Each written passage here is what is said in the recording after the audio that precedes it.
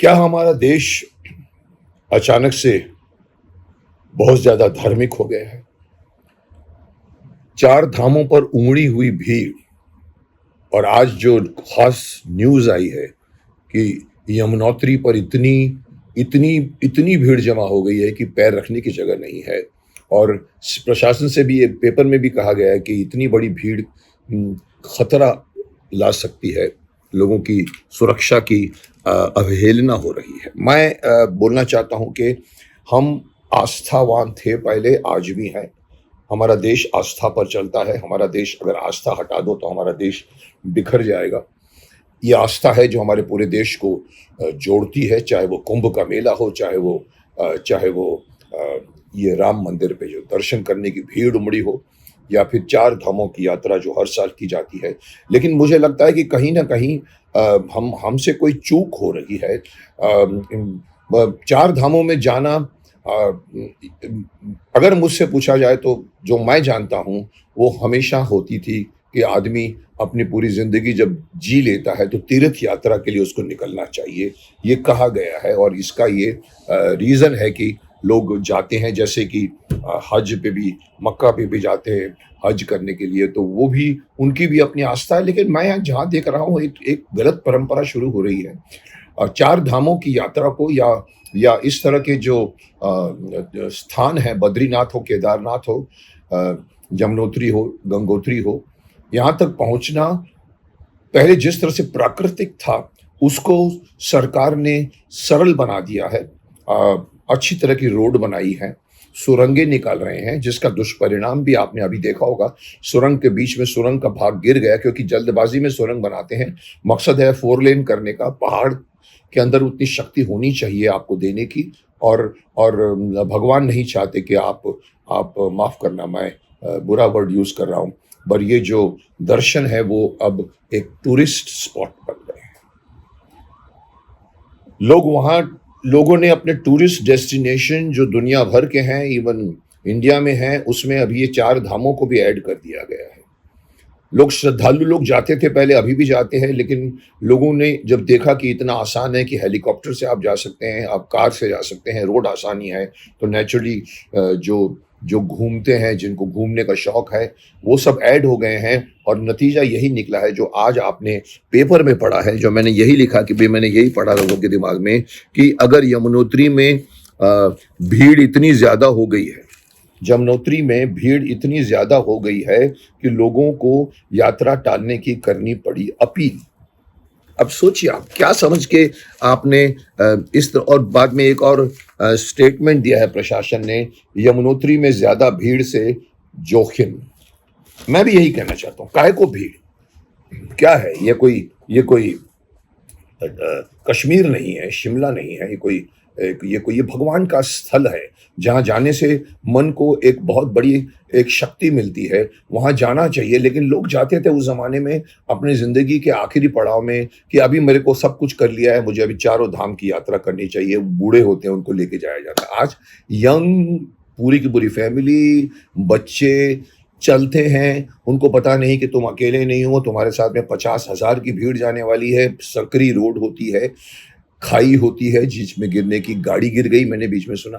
क्या है ये? मतलब मैं इसके खिलाफ हूं। आपको सुनने वालों को, मैं भक्तों के खिलाफ नहीं हूं, भक्तों की भक्ति है। लेकिन प्रशासन क्या कर रहा है? बुकिंग उतनी कीजिए जितना आप संभाल सकते हैं।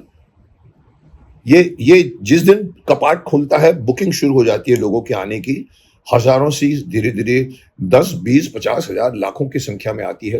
प्रशासन को मालूम नहीं है कितना हमको हैंडल कर सकते हैं। उतने लोगों को जाने दीजिए जितने लोगों को आप हैंडल कर सकते हैं। आपके पास 2-3 महीने होते हैं।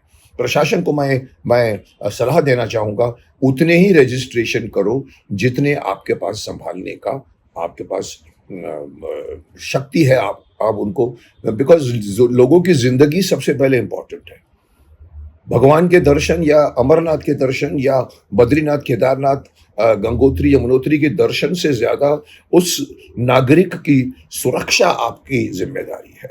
और ये सुरक्षा नहीं है कि आप एक साथ में इतने लोगों को यमुनोत्री भेज देते हो कि बाद में सुनने में आता है कि वहाँ पर पैर रखने की भी जगह नहीं है। अरे साहब, वो कैसे दर्शन करेंगे पहली बार?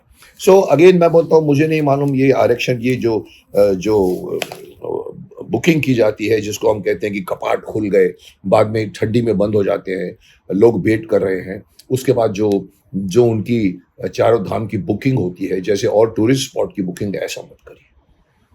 बुकिंग उतने करी जितना, तो मुझे नहीं पता ये बुकिंग करने में ये भी कोई पैसा कमाने का धंधा है, मुझे नहीं मालूम। मैं बोल नहीं सकता इस बात को, पर मुझे लगता है कि कहीं ना कहीं कमर्शियल एंगल घुस गया है हमारे इस आस्था के बीच में, कमर्शियल एंगल इस दर्शनों के बीच में। दर्शनों को आप टूरिस्ट स्पॉट मत बनाइए, ये पवित्र जगह है। यहाँ पर जितने भी टूरिस्ट लोग जाते हैं, वो टूरिस्ट लोग वहाँ पर कचरे फेंक कर आते हैं।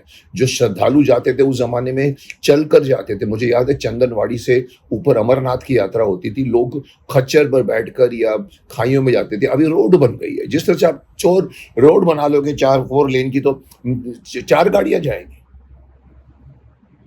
तो क्या ये आरक्षण, ये रिजर्वेशन में भी क्या कमाई है? मुझे नहीं मालूम। अगर है तो मत करिए।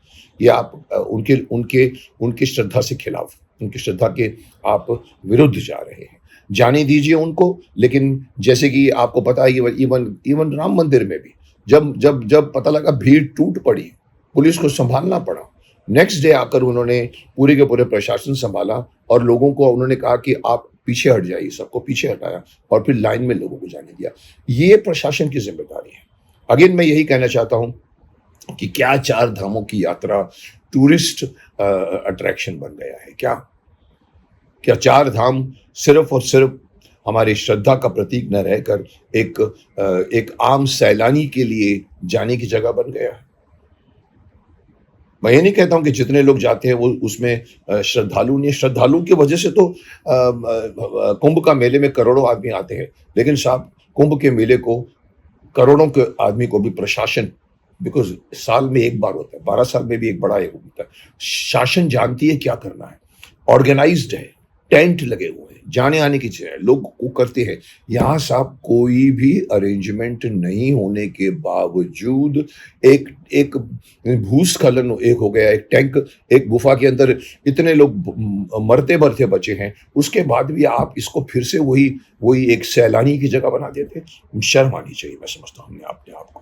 हम उनके उनके उनके भक्ति की श्रद्धा करें तो उनको हम आराम से, बिकॉज उसके अंदर मोस्टली बूढ़े होते हैं, जो बुजुर्ग होते हैं, जिनको शौक है कि मुझे काशी धाम जाना है, मुझे बद्री धाम जाना है, मुझे केदारनाथ जाना है। उनके लिए ये होता है, बना हुआ है। हमारे शास्त्रों में भी यही लिखा हुआ है कि हमारे यहाँ पर पहले जो होता है वो बचपन होता है, फिर जवानी होती है, फिर अधेड़ उम्र होती है, फिर बुढ़ापा होता है, फिर संन्यास आश्रम आता है, वनाश्रम बोलते हैं जिसको। I think one must think over the system of sending everybody. I mean, when I say everybody, it means Bhakt plus Sailani. One must revisit this point and make their yatra safe. Their safety is the first concern of the Prashashan. उनको सिर्फ आओ देखो, ये तो हर tourist spot में guide खड़े रहते हैं बाहर, जैसे आइए आइए हमको टैक्सी देते हैं। जैसे पंजाब में, कश्मीर में गया, बीच में घोड़े वाले मिलते हैं, सर आइए आइए सर, हम आपको ये घोड़ा ये वहां घुमाएंगे। सर ये वो नहीं है ना सर, एक पवित्र चीज है, ये एक आस्था की चीज है, ये लोगों के बिलीफ की चीज है।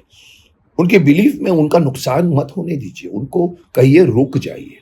इस गली में 100 जा सकते हैं तो इस गली में 1000 डालोगे तो भीड़ भाड़ में लोग एक दूसरे के ऊपर गिर पड़ेंगे। जिस गली में 100 जाते हैं वहां 100 में 101 नहीं होना चाहिए। दूसरे 100 वालों को बोलो वेट करो, कोई जल्दी नहीं है। आप अगर 25 तारीख को लेंगे तो आपको मोक्ष मिलेगा, और अगर आप 30 तारीख को दर्शन देंगे तो मोक्ष नहीं मिलेगा। भूल जाइए, कह दीजिए कि आपको तब हम भेजेंगे जब वहां पर सुरक्षा होगी। आई थिंक मैंने जो बोला है कई लोगों को शायद पसंद ना भी आवे, लेकिन मैं, जैसे कि मैंने कहा था, मैं शक्तिमान से मैंने सीखा है, जो चीज जो चीज सही नहीं है उसके खिलाफ बोलो, बिकॉज कोई नहीं बोलने वाला।